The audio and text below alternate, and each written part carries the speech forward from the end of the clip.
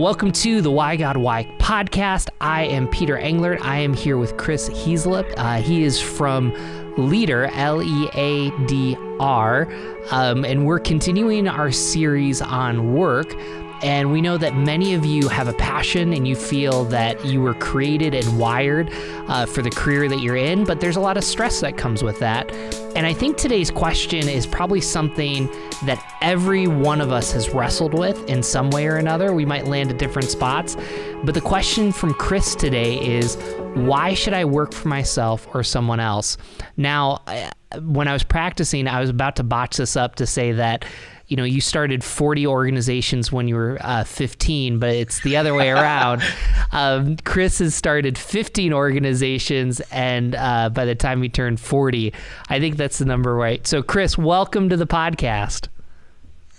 Thanks, Peter. It's great to be here. Well, now that we know that about you, why don't you just share a little bit of your story and your current role and how you got to where you got today? Sounds good. I'm actually from a single parent household from New Zealand originally, in case you can't tell from my funny accent. I've heard, are you from Australia, South Africa? I've heard all of the different options, but originally from New Zealand, and I grew up with a single mother. And I came home one day from school and I said that I wanted to be a pastor when I grew up. And she said, hey, why don't you go and get a job, and a vocational job first, before you go into the ministry.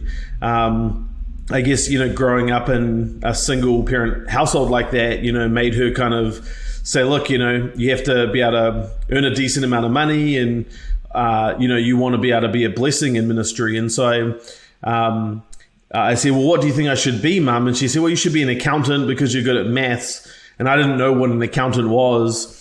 And so from the time that I was 8 years old, I had a single goal to be an accountant when I grew up. And I grew up in this kind of rural area, and there was no accounting teachers at the school. So I ended up doing learning accounting, or teaching myself accounting from textbooks, because there weren't any teachers to teach me. And so after going through university and working for some big firms, really felt like God called me out of that and asked me to start my own accounting practice, which I did for a while. And then after about 6 years of that, I met my business partner, Elliot, and we started Pushpay together, which obviously does, mobile giving for churches. And Pushpay just really grew incredibly quickly from the time I moved to the States in 2014 to the time that I finished in 2019. We hired about 400 people in just a really short space of in about 5 years. So it was just a real rocket ship journey. And then one of the biggest challenges that we always faced was this kind of conundrum of, do you promote from internally, or do you try and hire people from the outside? And I think looking back now, we actually hired about 19 executives from, the Microsoft, the Googles, the Facebooks, all of the kind of people that, especially churches and large organizations want to be able to hire. And we batted, if I looked at who actually lasted over 2 years, we went like 0 for 19. Not a single big company person actually made it to be on the 2-year mark at Pushpay. And as a result of that, I just really started thinking, what we have to do? We have to really, develop our own people from within and promote them.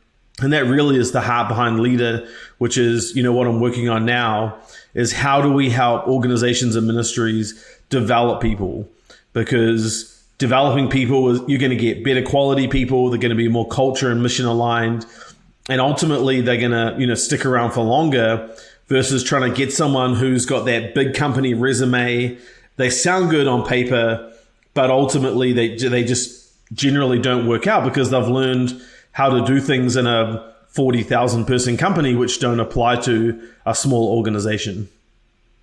Wow, that's really powerful. There's a lot there. I want to come back to a few things, especially related to this question. But the first thing I want to do is I want to come back to your mother saying that you're going to be an accountant, and then you not having any support and just reading textbooks and figuring it out on your own. Do you think, this is nature or nurture, do you think that maybe you were wired more for entrepreneurship, or was that experience a defining moment in your life that, looking back, that really set you on a course? My personal view is that leaders and talents and skills are mostly developed over time. I think that, we exhibit certain tendencies and things that kind of help us get that initial head start. And then a lot of what happens is those little advantages or head starts that you have end up compounding over a very long time. And so I think when people say the word talent or gifts, obviously people have gifts and talents, but if you take that initial gifting and you refine it over and over, of course, 10 years, 20 years later, it's going to look completely different. And it's going to look like, this person was just born with this gift, when actually there was so much hard work that went in behind the scenes that most people don't see to develop that. So I think whether it's children or whether it's, just trying to choose which career to go down, that choosing a pathway and the hard work of developing actually is more beneficial than saying, I just have this unique gift for this particular thing. No, that's super helpful. So let's come back to your story. 15 companies before you're 40 years old. What were the wins? What were the losses? What was that like, to do that? Yeah, one of the things I've always been passionate about is how to bring this idea of mission and purpose into work. And we can get into this a little more, but I think oftentimes we have, what we think of as secular roles, and we kind of imply through our language or sometimes just through the way that we talk about it as if, that role is not, ministry full stop. And so my real heart and passion is actually that your work is your ministry. And I don't think that there's a difference between, the job you have and a calling and kind of ministry as a broader topic. And so the first business I started, I was still in university, and we had this idea of, back in the old days with compact discs, what if we could import these compact discs and sell them at secular, big box retailers in New Zealand? Because I'd come to the States and I'd seen that in Walmart and Target, you could buy Christian music, but in New Zealand, it was not available. And you would have to go to these old Christian bookstores, and they were just in, random places, and they smelled like they hadn't been vacuumed for 20 years. And so it was just not a great consumer experience. What if, we could actually bring Christian music, worship music, to be available at the same places that you shop for other things? And so we started that as, a teenager, and it was actually really successful for a time. But then ultimately that big box retailer went around us to our suppliers and cut us out of the loop. And so the business was over before it kind of started. But, that idea of bringing the mission and the heart and the passion and the making a difference into a job, was something that I guess I experienced, and I never wanted to, just say, well, this is a role, this is a vocation that actually has got no mission to it. It's critical that those two things are actually knitted together. Well, so, with give us the span of the 15 companies. So you just shared one, which was, taking music to New Zealand. Give us an idea. I mean, were you, selling snow to Eskimos? What were you doing? And again, I'm hearing even from you, your heart, which is, these are, finance and ministry and faith are really, so whatever I do, it seems like you've had a focus, but give us just a little taste of the 15 companies you've been a part of starting. Yeah, I mean, just a few. After that, we tried doing websites and, web hosting, and was still a very, kind of mission-driven organization. In 2005, I think it was, I had this idea for a credit card because, of course, you spend money, you get these points. What if instead of getting another toaster, you could actually donate those points to a charity? And so imagine, a big World Vision or something, this charity that you care passionately about, you could get a World Vision credit card, and instead of getting a new toaster every other month or, airline miles, you could actually use those points to sponsor a child. And we had this idea, we took it to the banks in New Zealand, and unfortunately they didn't bite on it. They said, we think that people, will have multiple credit cards, and ultimately they would prefer to have a toaster than than sponsoring a child. And I mean, it was heartbreaking because we really felt like the mission of the business was going to be enough, and the banks just couldn't see how to make money from it. I had another business after that was, in the packaging space, maybe less mission oriented, and more learned a lot about IP and, intellectual property and how to protect that. But what's amazing when I look back now from starting Pushpay, every single one of these businesses had something that actually was a huge benefit to starting Pushpay. So if you think about this, the first business was actually, working with churches and engaging them in conjunction with, selling music. The second business was in, websites and recurring revenue businesses like that.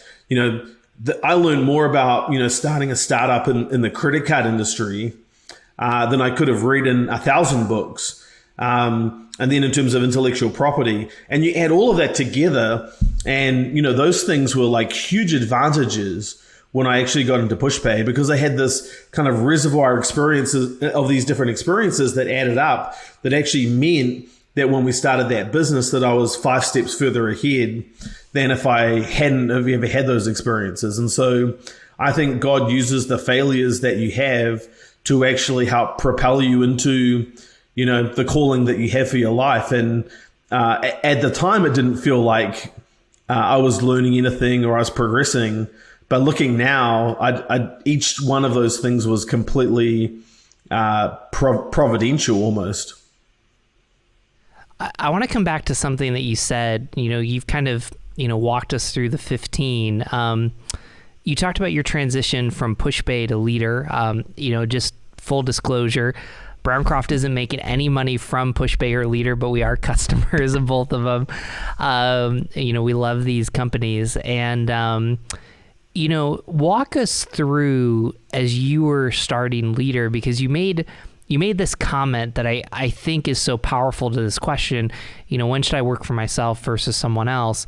You said, we hired 19 outside employees and 0 of them stayed past for 2 years. So I think the tension that probably our listeners are going through is, I see this problem. What should I do to stay in the organization to help it, versus maybe I can be more helpful to the organization if I leave and do something else? Walk us through your decision process to do that, because I think that'll be helpful. Absolutely. I think that when we look at companies, we say, well, a 400-person technology company is actually very similar to a 40,000-person technology company. And I think the kind of mental error and assumption there is that it's the same thing, just bigger. When in reality, when you go from, say, 40 people to 400 and then to 40,000, at each step along the way, the organization is actually almost nothing alike from, a 10x order of magnitude shift in either direction. And so if you kind of think about this a little bit, at 40 people, basically you have no centralized services. As a senior leader somewhere in that organization at 40 people, you probably wear multiple hats. You probably don't have a lot of support staff. You probably have very little, HR support and legal support and all of these centralized services. Or if you now zoom out to organization of 40,000 people. In that organization, someone is setting a policy that then gets kind of rolled out across the whole entire organization that people are expected to follow. And so someone who's great at 40 people, might be someone who has just, a proclivity to go make things happen. Maybe they kind of, upset a few people a little bit, but they, generally just have this real focus on making things happen. Whereas in a large organization, there's a premium for people who are actually really good team players and who don't want to upset the apple cart, because large organizations are much more focused on alignment and policy than they are on this kind of just raw execution. And so I think that there's different skills that actually help in either of these different organizations that actually, it's not one is better or worse, they're just different. And I think the key thing to understand is which one has God blessed you with and where do you fit the best. And so I think when we were trying to bring these people from 40,000 person organizations, and these were, absolutely brilliant people, but they were used to being so specialized and having so much support that this transition was very, very difficult for them to come to a small organization. And so I think for your listeners, both as employees, if you think about where do I fit the best based on the skills that I have, and for people looking to employ staff, it's actually better to find someone, this is just a suggestion now, but it's better to find someone from a completely unrelated field at a similar size than it is to try and find someone from in our case, a technology business, but that was 100x bigger or 10x bigger. Those people generally just don't fit because they're not used to operating in the space and the environment that your organization is currently in. So let me just kind of play back. I'm a sports person. So I think what I hear you saying is, let's use, I'll use a soccer, for example. I should probably use, why am I blanking on New Zealand? Rugby. Yeah. I'm blanking on rugby, the Springboks. So actually, maybe NFL football is a little bit better. You live in the Houston area, but you would say it's almost better for a college football team to hire a defensive back coach to be a defensive coordinator at a college level than it would be to hire an NFL defensive coordinator to a college defensive coordinator, because just the different resources and things like that. And for rugby, I think it's similar. You have a professional and then maybe you have the level below. But basically what you're saying is it's better to look for someone at the same level if you have to sacrifice experience versus trying to hire someone from a larger organization to go smaller. Is that what I hear you saying? 100%. I mean, the way that I think about this is really about what are the competencies that you're looking for. So let's take it like this. Tesla and Ford are both car companies, but if you think about the competencies or the things that they do, they're actually completely different. Ford's, the thing that's best in the world at is, mass manufacturing, mass advertising, a dealer network, and, a car that is, reasonably cost effective that can work for, millions of people. If you take Tesla, on the other hand, what are the things that make Tesla unique? It's software, self-driving, batteries, and selling direct to customers. So here you've got these two organizations that look exactly the same on the surface, and yet when you start to unpack them, they actually are completely different and they have very little in common. And so if we now take this to your analogy of the football, the different football leagues, let's say a college coach or coordinator, the things that are really important is talent evaluation and recruiting, right? You've got to get in your car, you've got to pound the pavement, you've got to go out there and recruit the best people that you can recruit from high school, and you've got to recruit them to come to your organization. Whereas in the NFL, you don't need to have this ability to recruit college players, because you're competing based on how much I can pay you, and you've got larger staffs. You've got so the competencies are actually different. And so the question that you often say is, well, why doesn't someone who worked in college football work in the NFL? And the answer is because a lot of the skills and the competencies they've developed, they don't translate. You don't need to recruit players in the NFL. At least it's not the most defining thing. And then conversely, in the NFL, general managers often, make the personnel decisions. Your job is to deal with these really highly played players, and they have really, big egos. Whereas in college, that's not the case. And so it looks like exactly the same thing. We're coaching football, but actually when you unpack it, they're completely different. And actually it's not as similar as you might think it to be. So what's so powerful about this question, even this exercise that we're doing right now, is you're providing people clarity to this question. Why should I work for myself versus someone else? You're saying, hey, before you think that you're going to the same company, like, you need to unpack their values. You need to unpack, where they are. Like, is this Ford a long-term company, or is this Tesla who's recent? And let's just make this assumption for just a second. So when should I work for myself? Let's not only say that that's entrepreneurship, but let's also say aspirations to be a CEO or to be a significant leader that's leading yourself versus someone else. Would you say that working for myself tends to be people that are masters of one or jack of all trades, and someone else, because you talked about that being in a larger organization, being more specialized. How do you kind of see that? Like, because there's CEOs that they are visionary leaders, and I say this with all grace and truth, that's about it. And then there's other people that they're probably in 40,000 person companies, and they just go where the need is because they're jack of all trades. Do you see some similarities in that? And how would you help our listeners kind of say, am I a jack of all trade? Am I a master of something? And does that matter to this question? I think it's a phenomenal question. There's a quote that I heard somewhere, and it was, if you want to go far, go together. But if you want to go fast, go alone. And I think when we start thinking about, should I go and work in an organization or should I be self-employed, I think this quote is really useful. If you want to build a world-changing, world-defining company, you have to do it through some type of organization with a group of people and a team.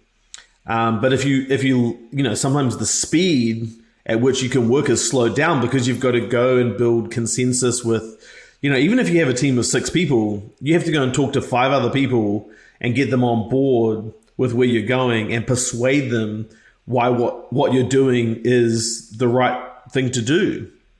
And so I think when we then start thinking about, okay, I'm trying to choose an organization to go and be part of, what everyone just immediately defaults to is this idea of competency, both on the employer and the employee side. I have the skill set in marketing or whatever it is. You need someone in marketing, therefore we should work together. But there's kind of 4 C's that you really have to drill in on to understand if there's a fit between an individual and an organization. So one is the competency. Do they have a need for what you have? Second one is character. Third one is culture. And the final one is chemistry.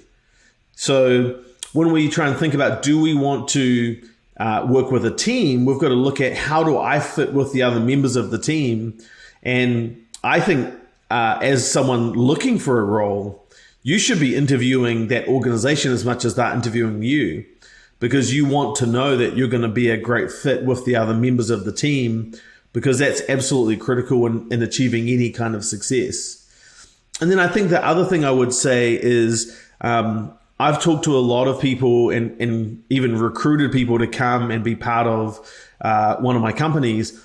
And I just don't think that you grow as fast when you're working for yourself, because being in a team, you're going to receive a lot of feedback. Hopefully, You should. And being in that environment where other people are you're being held accountable, whether you want to or not, it's like, we need you to do this part of the role in order for the team to succeed. And then secondly, they're going to give you feedback, whether you like it or not, on all kinds of different aspects of your performance. And it's very hard to get that as someone who's working as a contractor. And so especially early in your career, it's definitely better to be in some kind of team, however you create that, because you're going to grow much faster versus, once you've developed a skill set, it's much more possible to turn up, deliver some kind of value, and then, perhaps step back. Do you regret working for yourself when you were in your 20s? Or, maybe regret's a strong word, because you said that basically every experience brought you to that. But your last point that you just said was, maybe I should have worked with more, just worked for an organization. I don't know. I don't want to assume, but I'm just kind of hearing this tension that maybe there's a little bit more thought there as you think about your story. Oh, 100%. I think that I would have learned and grown a lot faster if I was in a team of people trying to achieve the same goal. And I remember reading in the book Rich Dad, Poor Dad, he had this quote that he said, "Never take a job for the money, always take a job for what you can learn." And that always kind of stuck with me. And so one of my early roles was at KPMG, the big accounting firm. And I was there for just under a couple of years. And I just remember the amount of energy and intentionality that they put into training and developing their staff. And it was even things like how to engage with a customer. How would you, as the junior accountant on the team, how would you engage with someone who's maybe far more senior than you, far more experienced than you? And they would do these role plays that were, a potential conversation that you might be having and how to carry yourself. And so I think those kind of things and the time that I spent at KPMG were really formative, because you learn these things that you don't even, like, you just have this unconscious incompetence. You don't even know that you don't know. And when you work for a large organization like that, they start telling you, like, how you carry yourself and how you engage with people is critical in the workplace. And the fact that they put that energy and attention into training. I mean, I think there's a lesson there for every employer, that you have to be training your staff. You have to be investing into them. And the second part of it, as the employee, you have to be focusing on these kinds of things and how you develop yourself. And as you think about this decision, an organization that's going to invest in you and train you, especially if you're young, is by far the single best thing you can do for your career, is to learn those things and understand what it is that you don't know. Wow, that's super practical. So I'm going to use this as an example. Rochester, New York, I believe it's in the top 5 most patents per capita in the United States. So this is kind of the area that I live and breathe. So there's a lot of smart people here. And I've heard it said that there's 2 types of engineers. There's an engineer where give me a blank room, a blank sheet of paper, tell me what the problem is. I'll come up with 20 different scenarios, and that's fun. Then there's another engineer that, I want to do the same thing every single day, repeatable, figure out what the problem is. And so one wants less structure to get to the problem. The other wants more structure. So in using that example, what are signs that maybe I should work for myself versus someone else? I could see that and push back on me. Maybe that's not a sign, but you're sitting down, and one of the things I appreciate from people from New Zealand and Australia is you just tell it like it is. If you were sitting down with someone who said, I want to work for an organization, you pop back, go, no, you don't. Versus someone that says, hey, I want to start my own business, or I want to work. No, you don't. Like, what would be the signs that you pick out that you'd say, hey, this is, these are some things that you should just identify. Maybe it's not tomorrow, but maybe it's in the few years. This is what you should look for. Yeah, I mean, the first thing is, irrespective of what I'm about to say next, sometimes God puts things on your heart and it's a calling, it's a passion, and it's kind of like, I just have to do this thing, irrespective of what it looks like in the natural. And I've had that happen, to me multiple times. I mean, the start of Pushpay was like that. I wasn't looking for another startup at the time, and Elliot turned up and said, I've got this idea, we're going to help increase generosity in churches. And I said, that's something that I'm passionate about, irrespective of the timing. And often it can be at the most inappropriate time that you're not even looking for something, where God's like, hey, I want you to take this step. So I think it's worth saying that first, because, I've had people who are like, I'm a B2B guy, and now I've got to go to B2C or something. And you just, sometimes God leads you to a place where it doesn't make a lot of sense.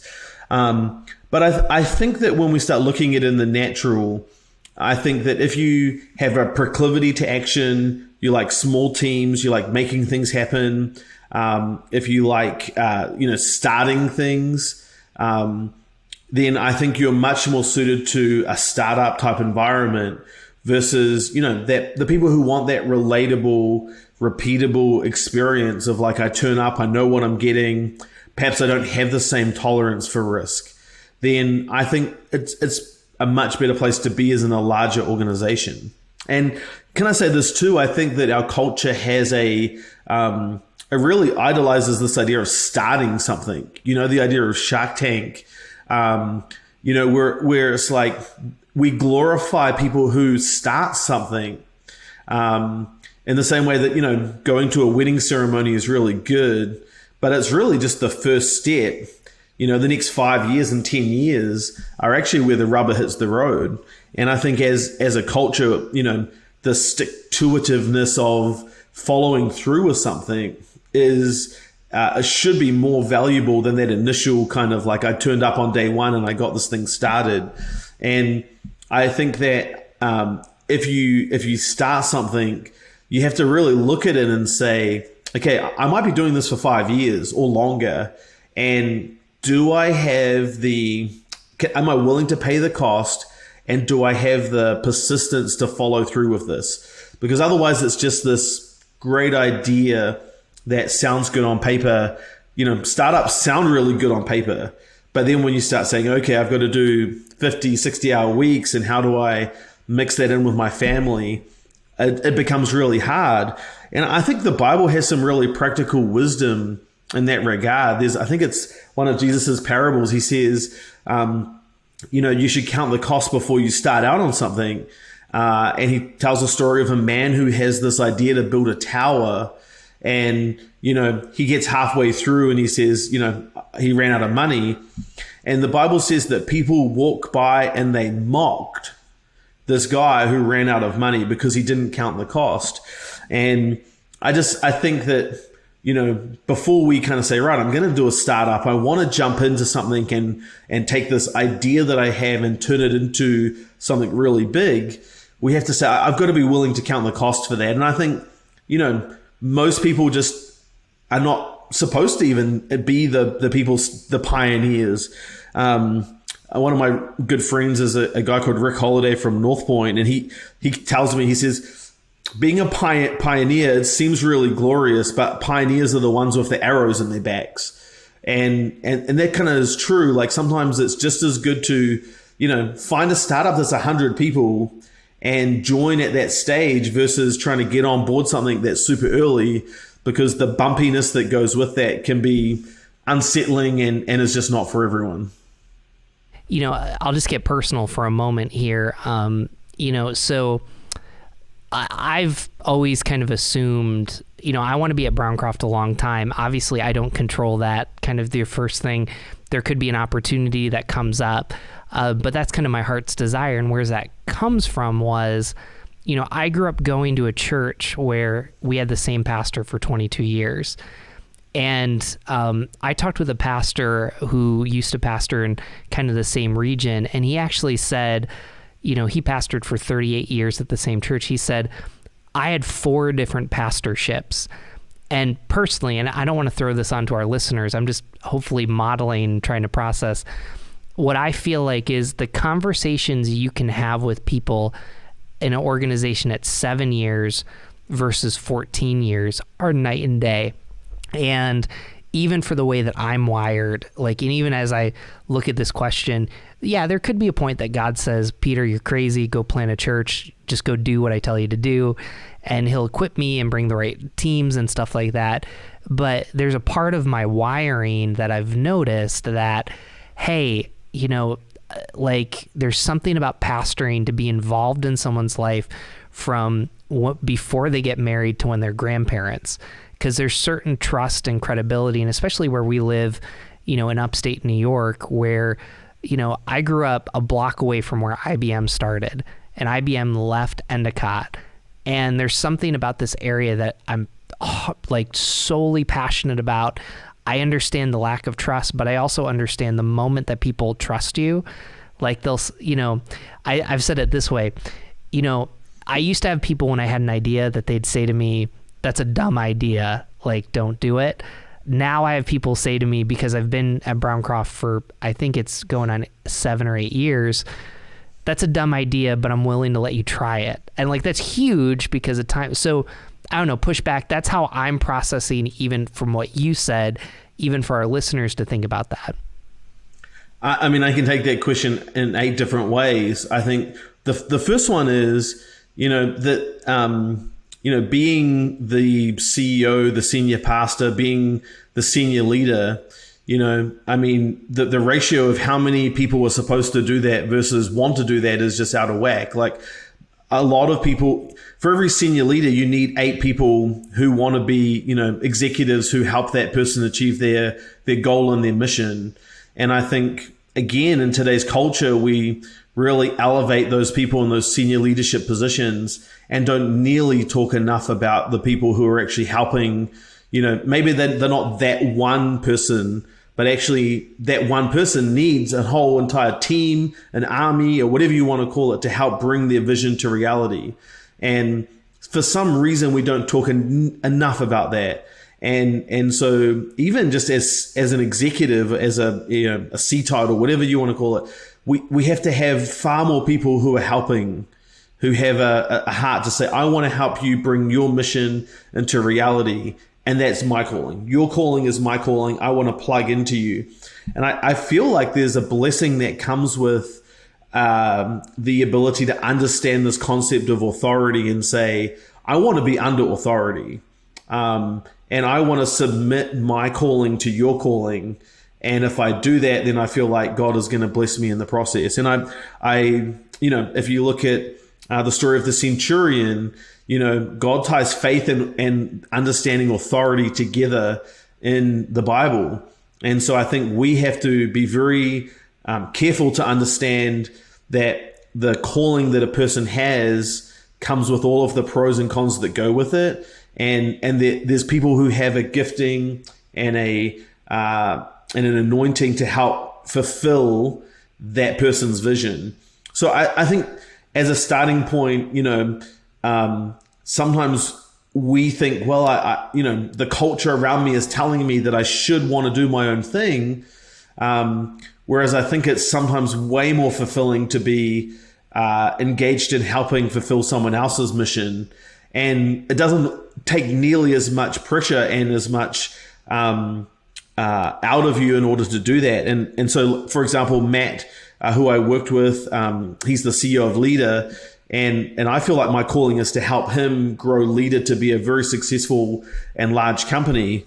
But even stepping from being a vice president at Pushpay to being a CEO, the pressure that he's told me that he feels, that he says to me, Chris, there's no one that I can delegate this decision to now. I have to actually make a decision, and I have to make so many decisions. They're coming at me so fast that it's completely different.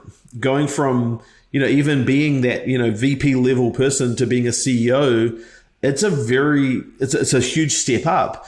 And I think, you know, you need 8 people now to help him carry the load. But also it's very lonely being a senior leader.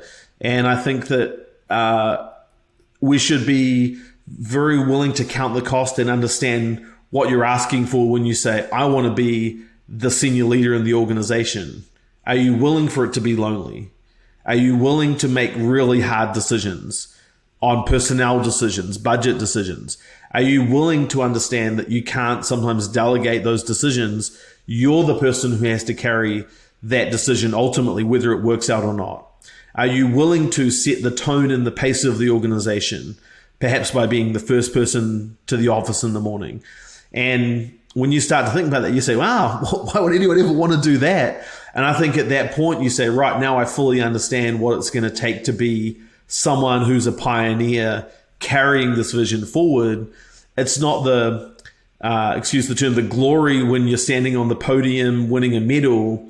That does not nearly even cover the amount of pressure and the cost that you have to pay to get there.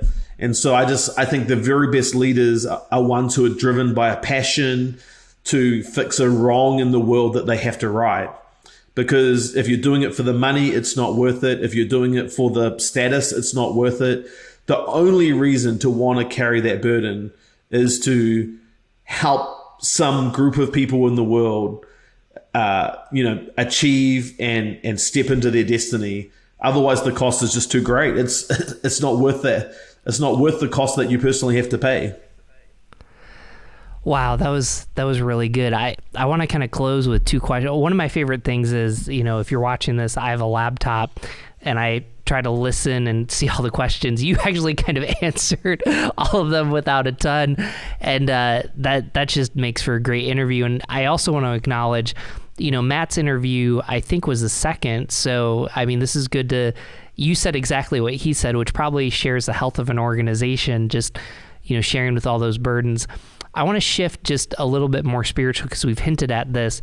At Browncroft, we use this term, know and use your gifts. And, that's part of serving at the church. That's serving your neighbor, serving your organization. We believe spiritual gifts are, inborn gifts that God uses to work through you. As you think about working for someone else and working for yourself, as you think about starting 15 companies, what have you identified as your spiritual gifts, and how has that kind of helped you career-wise, or have you even? I think there's some personality tests that in the natural can help uncover, things and traits that God has created you with, whether that's Enneagram or Myers-Briggs or Strength Finders. I think there's a lot of value in those. And the number one predictor of whether an employee will leave an organization is the answer to this simple question. Have you had a chance to use your strengths to help the organization in the last 30 days? And if the answer to that is no, I think it's something like 85% of employees will leave the organization within 3 or 4 months or something like that. And so as a leader of an organization, you have to be constantly asking that question. Am I helping the people who are working for me to apply their giftings in this organization? For me, I feel like my strengths, especially coming out of the season at Pushpay, is the idea of seeing opportunities and trying to strategize them, and then some kind of activator role to help other people lead and grow organizations. And I think the thing that the world tells us is you need to go and do this. You need to be the person doing it. And I just think sometimes we have to really understand, what the culture is driving us to do. And then sometimes our response needs to be the exact opposite. And so for me, it would have been easy to step into another CEO role and say, I have this vision for Leadr. I want to help take it to the next level. And instead of doing that, I felt like my calling was to help someone else to, birth this vision and to give it to them and say, Matt, like, I care about you and I want you to grow to be the leader that God's called you to be. And as a co-founding team, we're in it together, but Matt's really the person leading day to day. And it's, in some ways, it's very countercultural, because the obvious thing to do would be to say, I've done it. I'm more experienced, let me run with the ball. And instead of that, I feel like it was about being generous and saying to him, I want you to step into this role, and I want to help you grow and build this organization together. And that's it's hard because you have the mind monsters in the background saying, why would you do that? You should be, being more selfish, and you should want to do it. But I think that it's the right thing to do. And so I think that you can have giftings, but ultimately your character is the thing that will sustain you in the long term.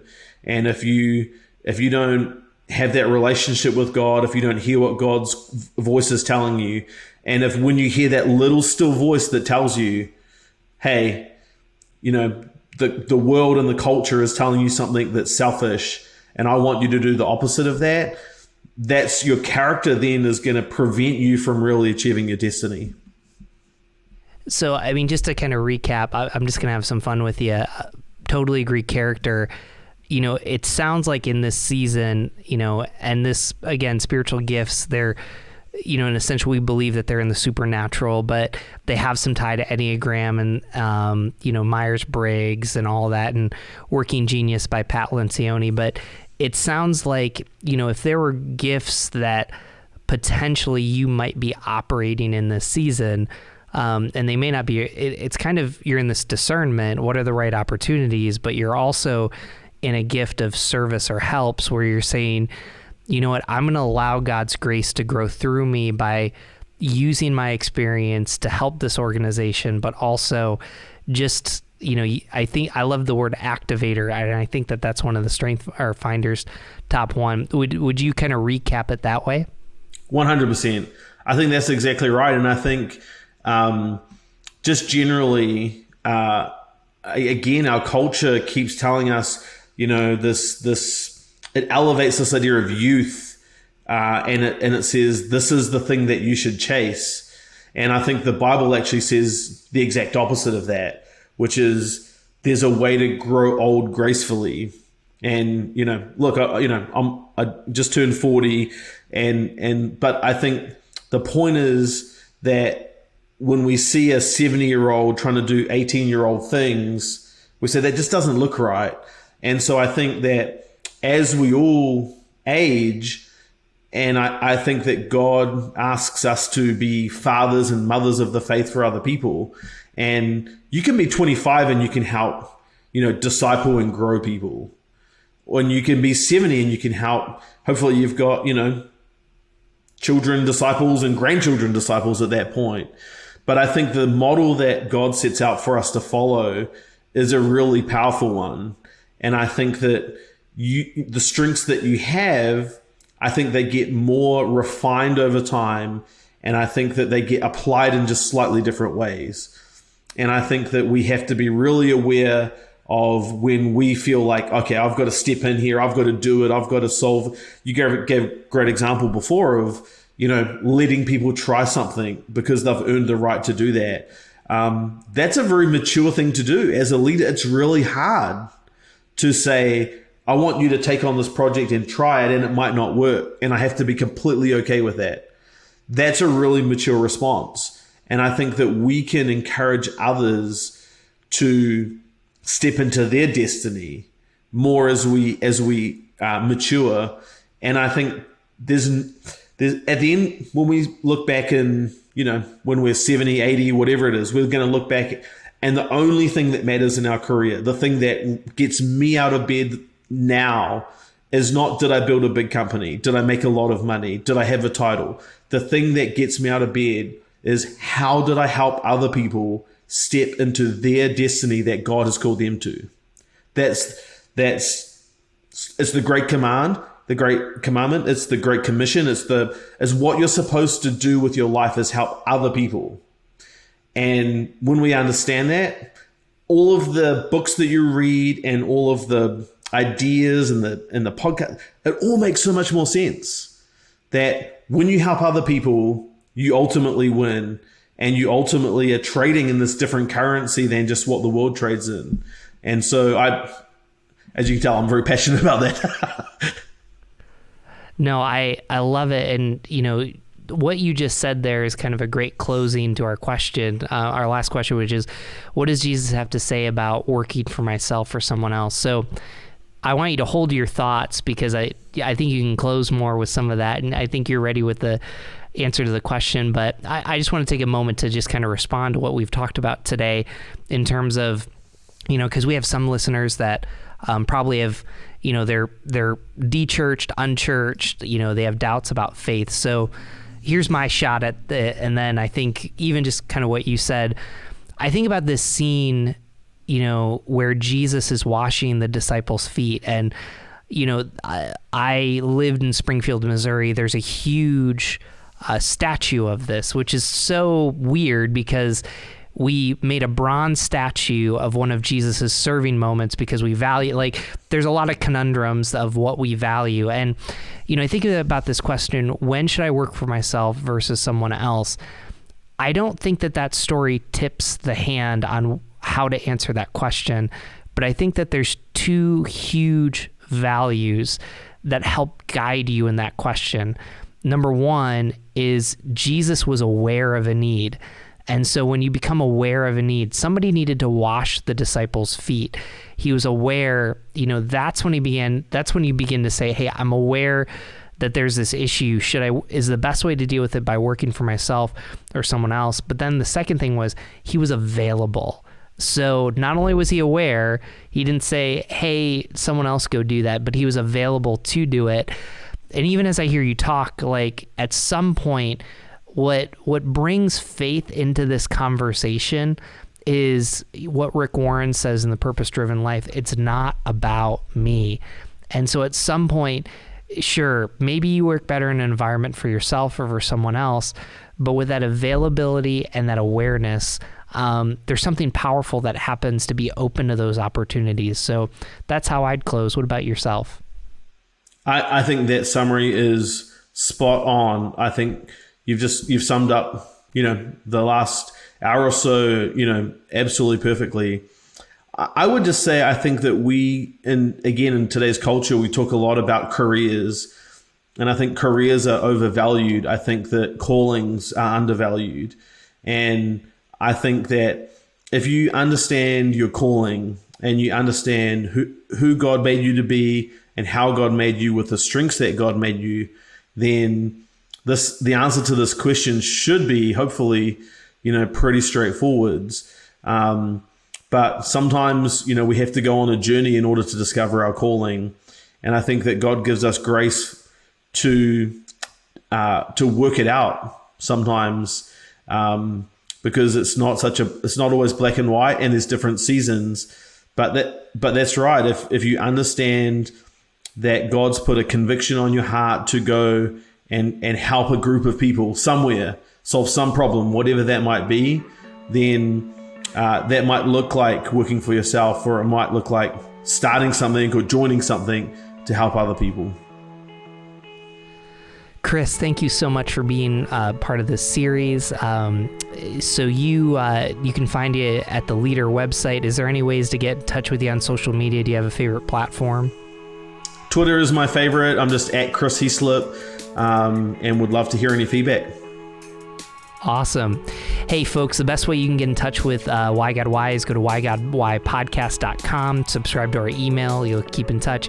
Thank you for joining us for this Leadr series, and we have one more episode in this series, so we hope you enjoy that. Thank you so much.